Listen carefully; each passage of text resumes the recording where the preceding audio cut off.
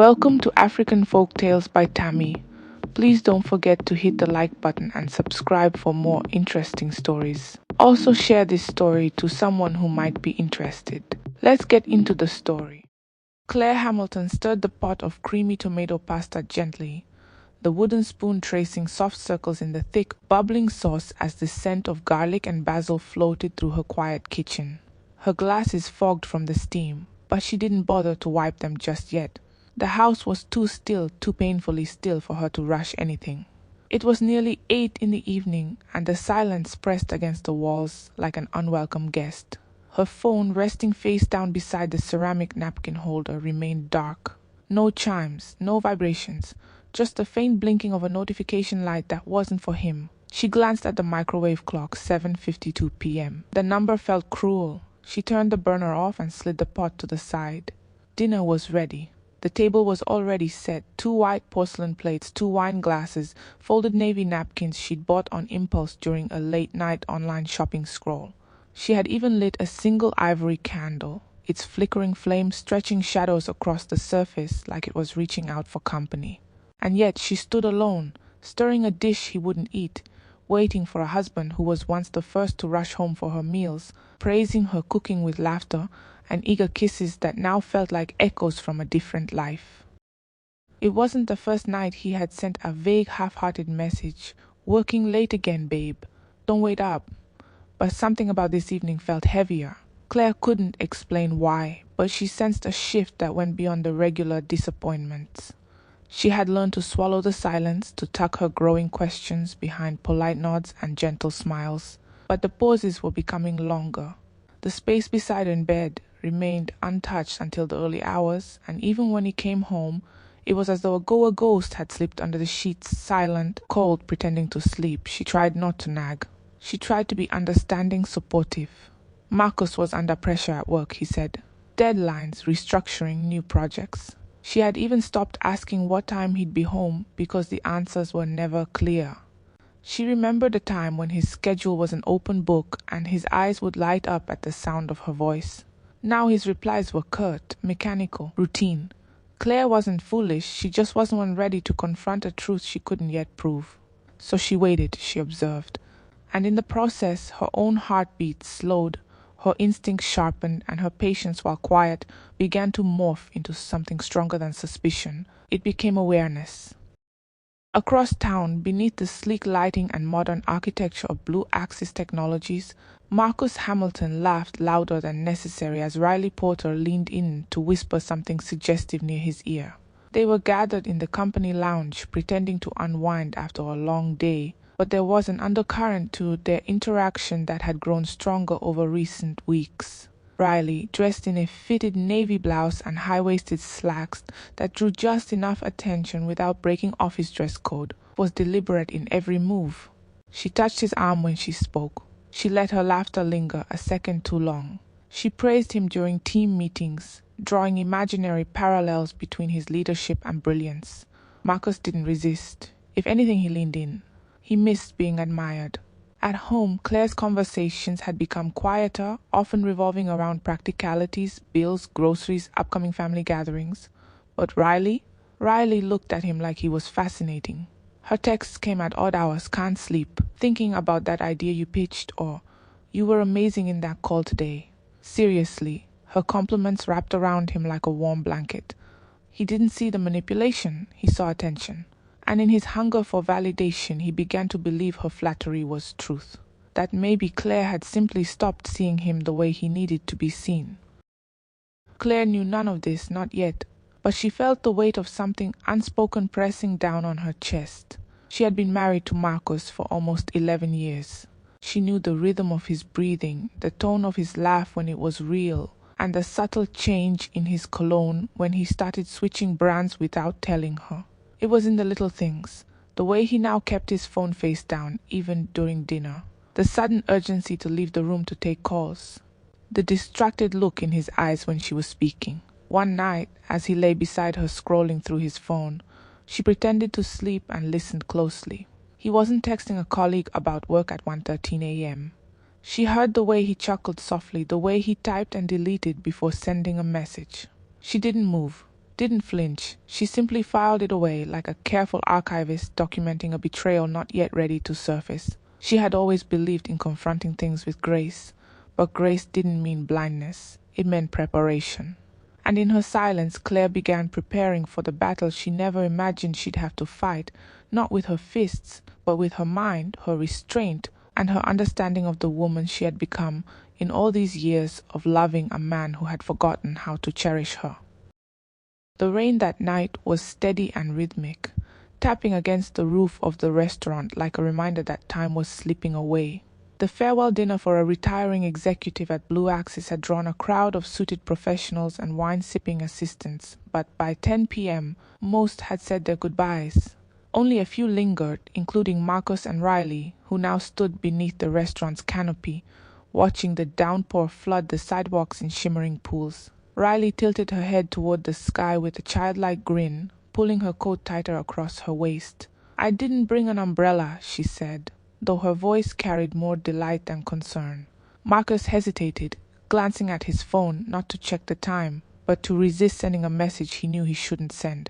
Riley's shoulder brushed against his, a subtle invitation wrapped in casual boldness. "Want to share a cab?" she asked, her eyes holding his for a second longer than necessary. The street was quiet, their colleagues had left, and the storm was both cover and catalyst.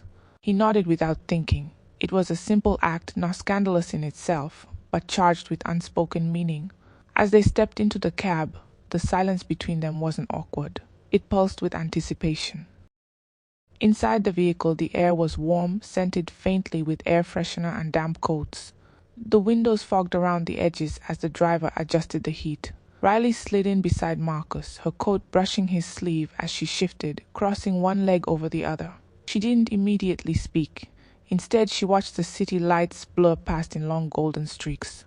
Marcus kept his eyes forward, but he was acutely aware of her nearness, the slight fragrance of her perfume, the softness of her voice when she finally broke the silence. "You always look like you're carrying the weight of the whole company," she said, smiling gently. He chuckled, a nervous sound more to fill the space than to acknowledge her point.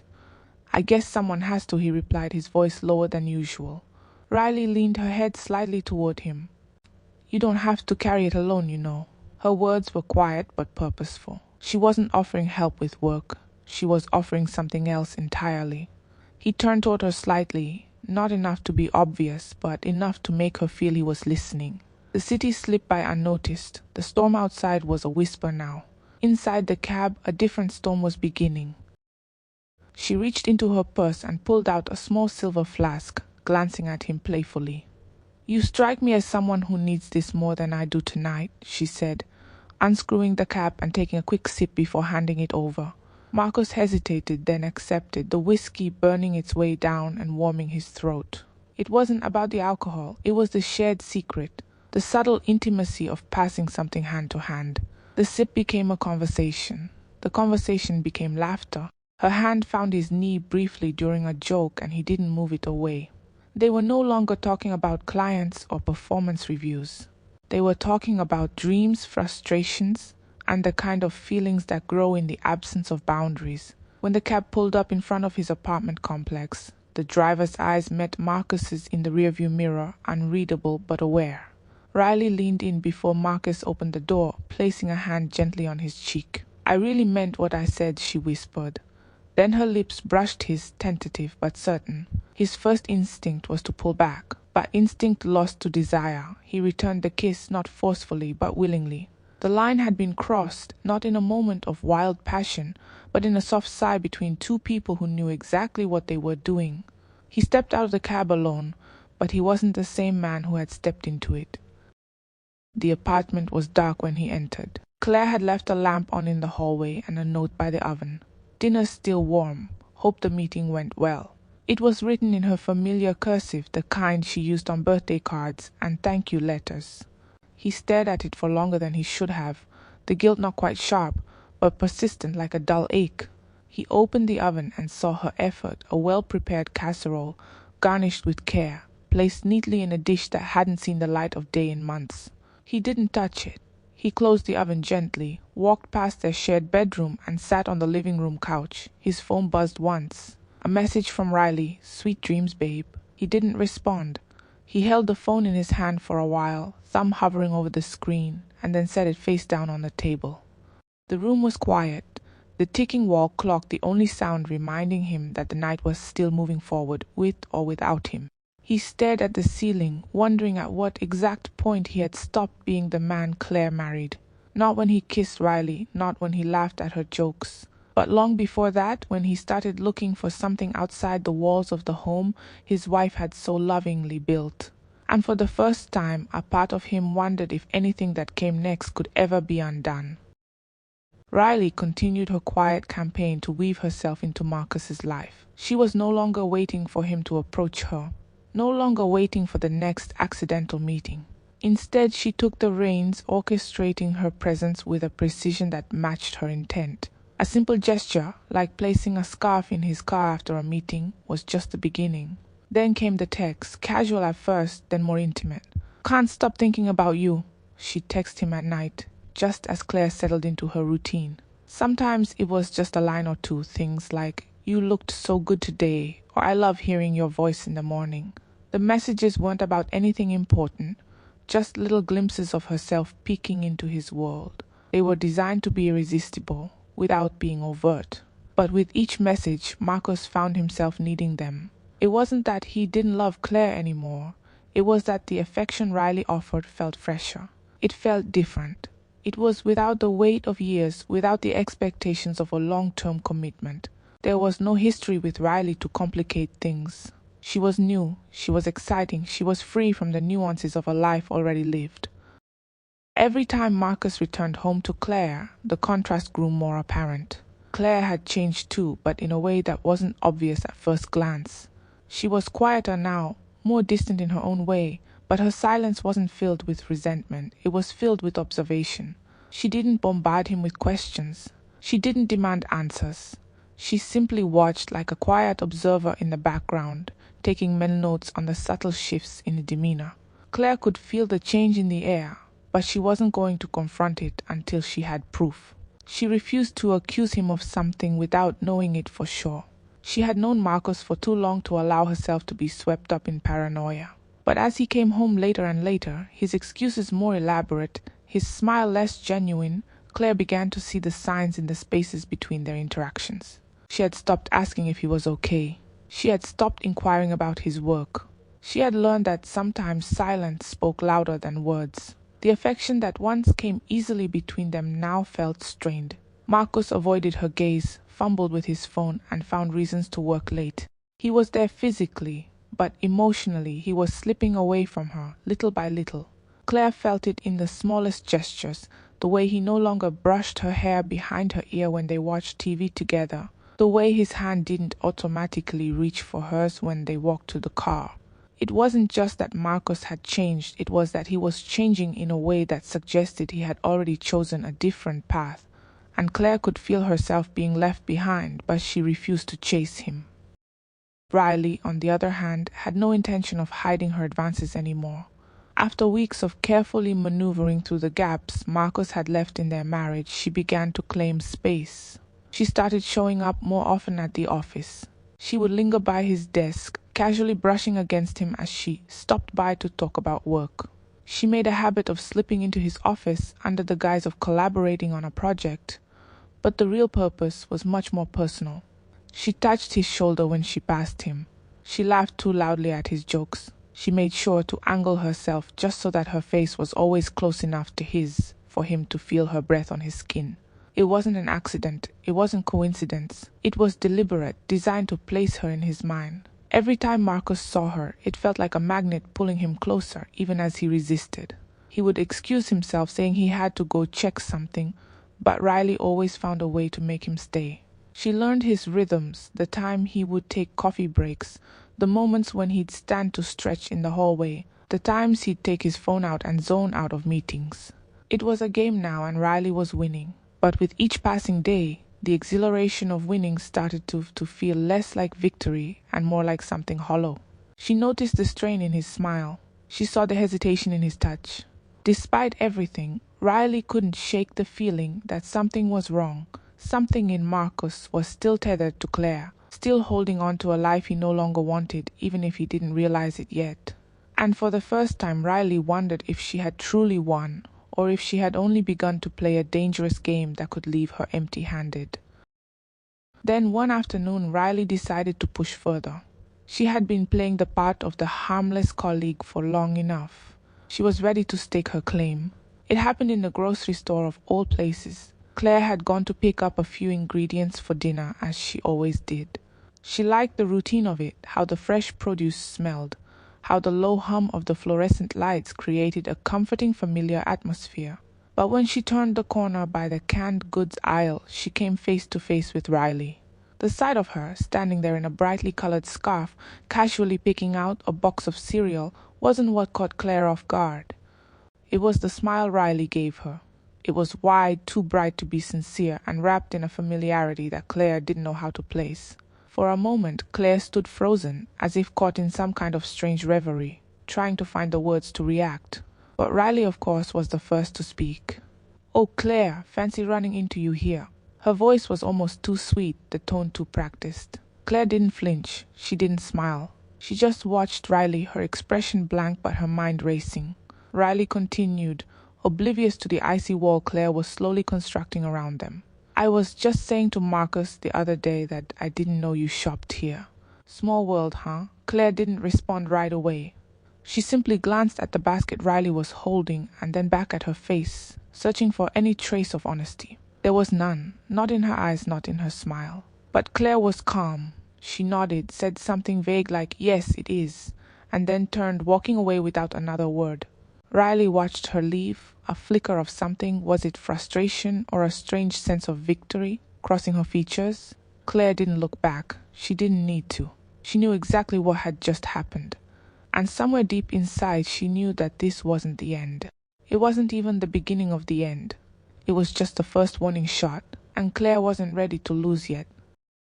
Claire had always been the kind of woman who planned her life like a well-structured novel, chapters laid out in order, transitions smooth, endings earned.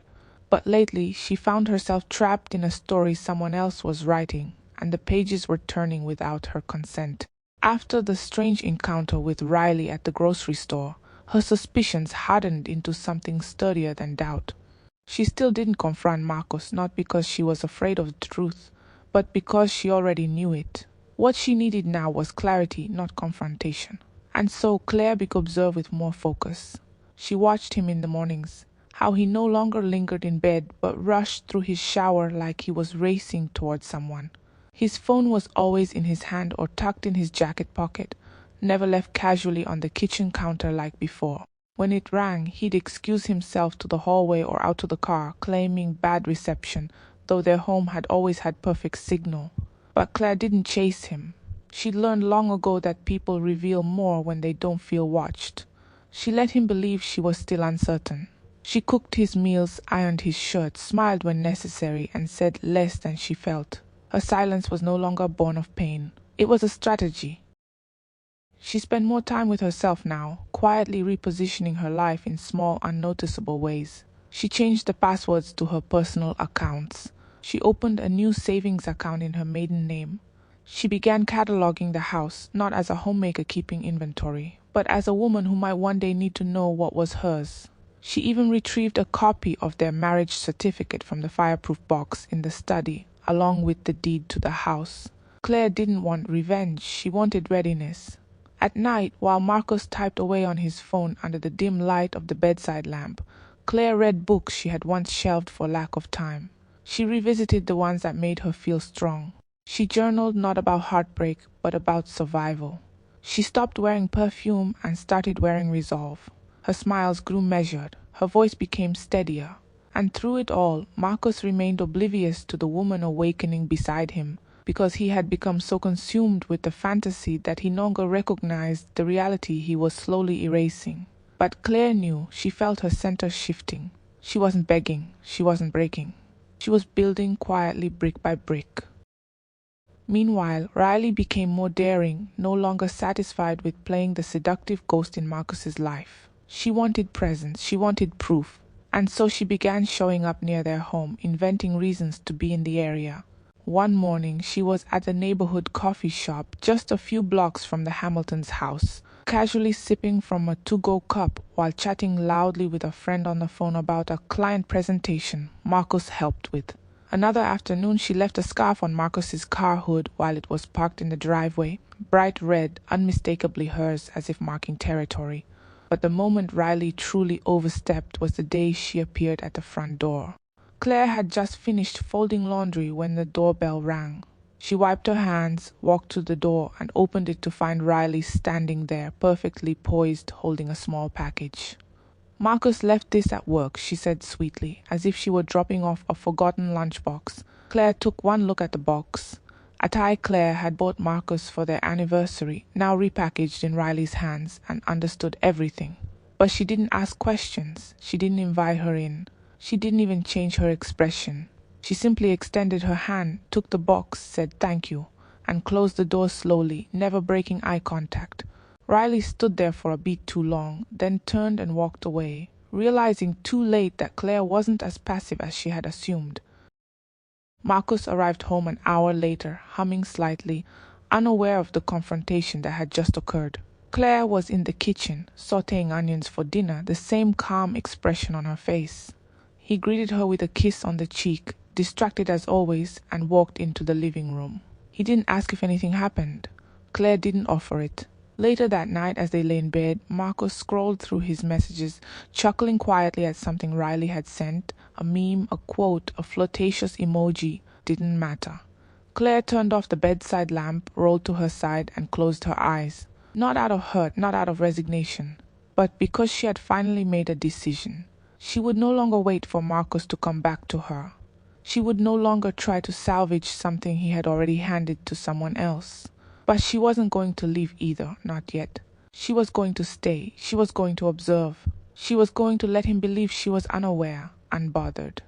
And when the time was right, when all the pieces were where she needed them to be, she would move. Not with anger, not with vengeance, but with precision. And when she did, neither Marcus nor Riley would see it coming. Because there was one thing they had both underestimated, that the woman they had tried to replace was never competing in the first place.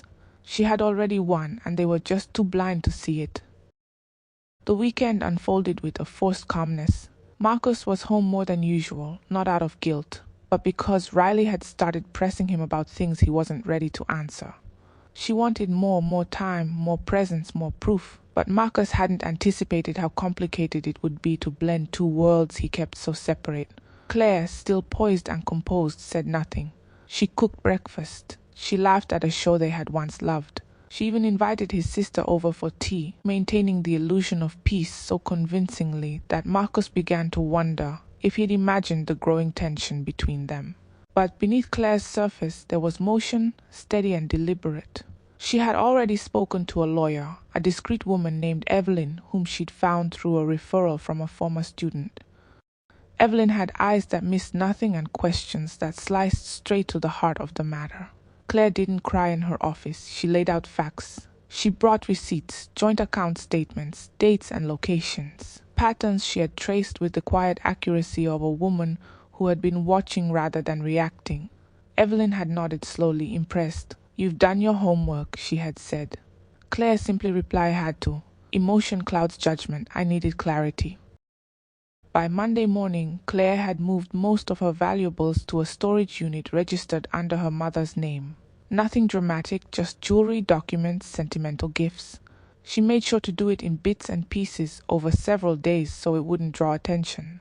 Marcus didn't notice. He was too busy juggling guilt and infatuation.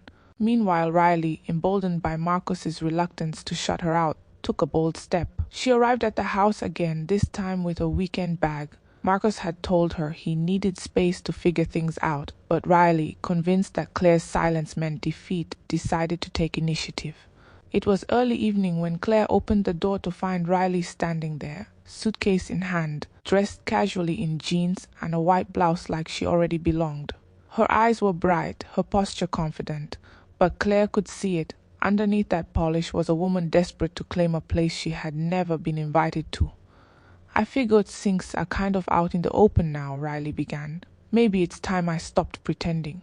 Marcus and I, Claire raised a hand, not rudely, but with the authority of someone who was no longer available for foolishness.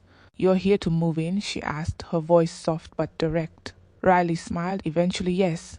Claire nodded slowly, then stepped aside, not to invite her in, but to reveal Marcus, who had just descended the stairs behind her, his face draining of color.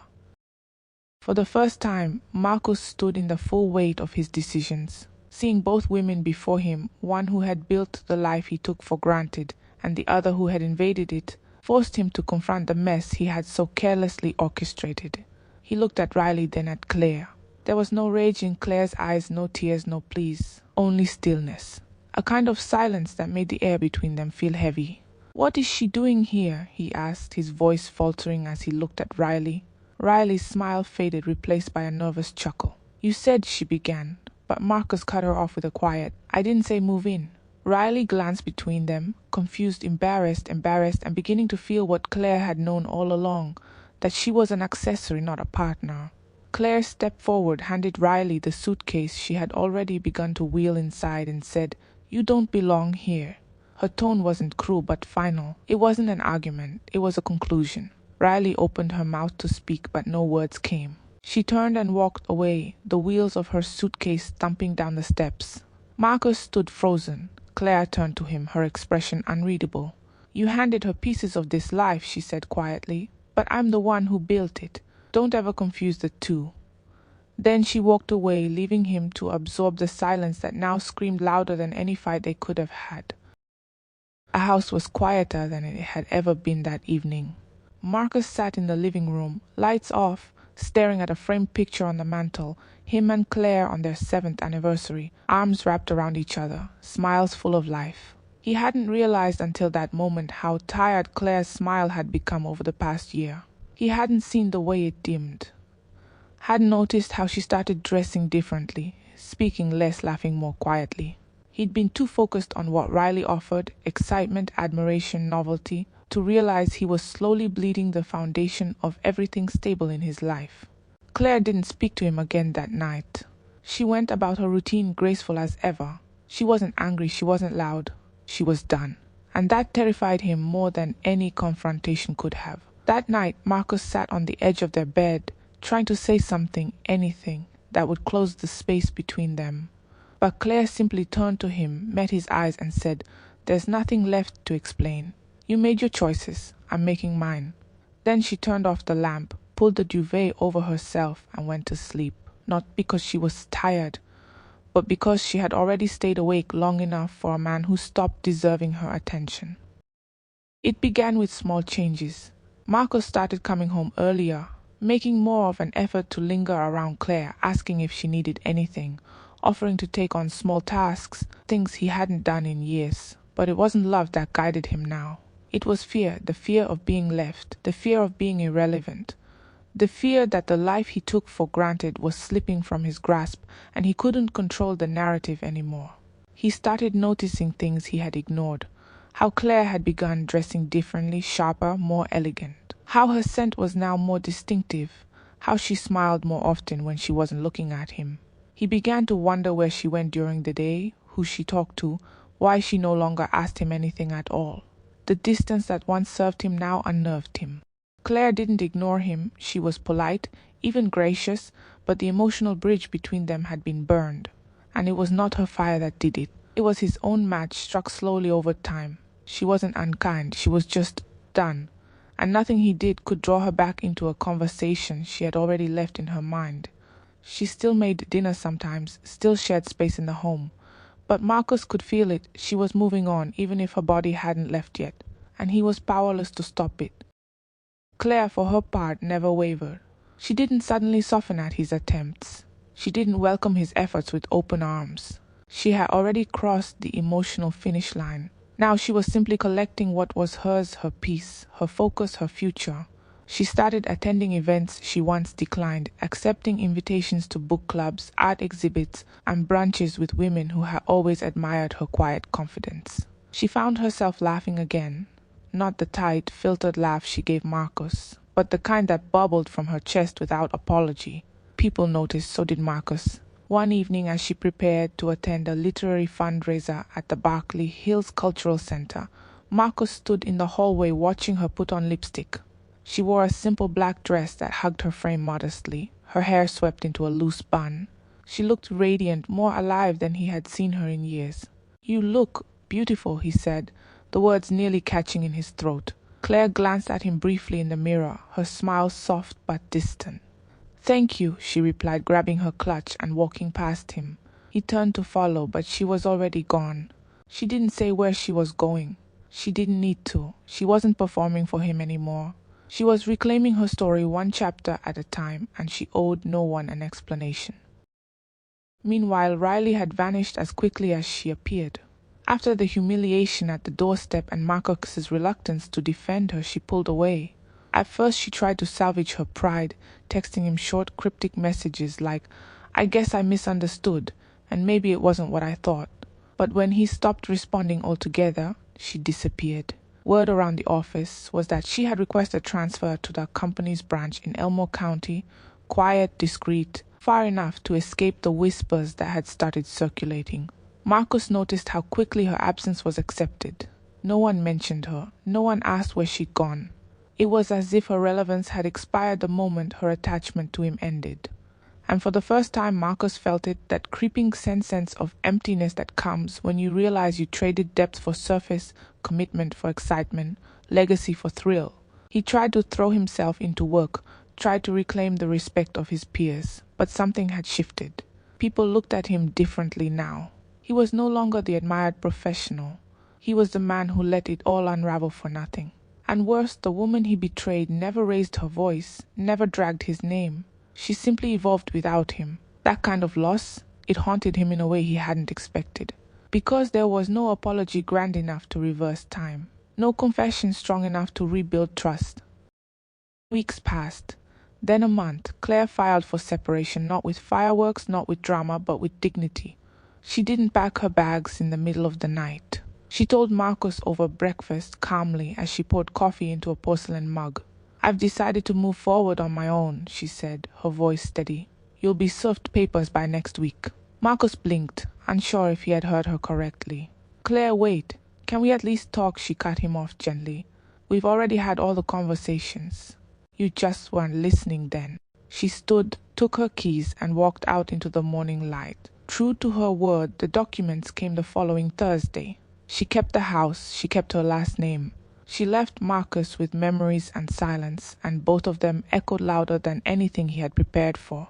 In the months that followed, he watched her rise. She launched a small online bookshop, started speaking at women's forums, and began hosting creative writing classes for young girls at the community center. Her story was no longer tied to his betrayal. It had become her legacy of strength. And Marcus, he remained where she left him, grasping for a version of her that would never return. Not because she hated him, but because she loved herself more.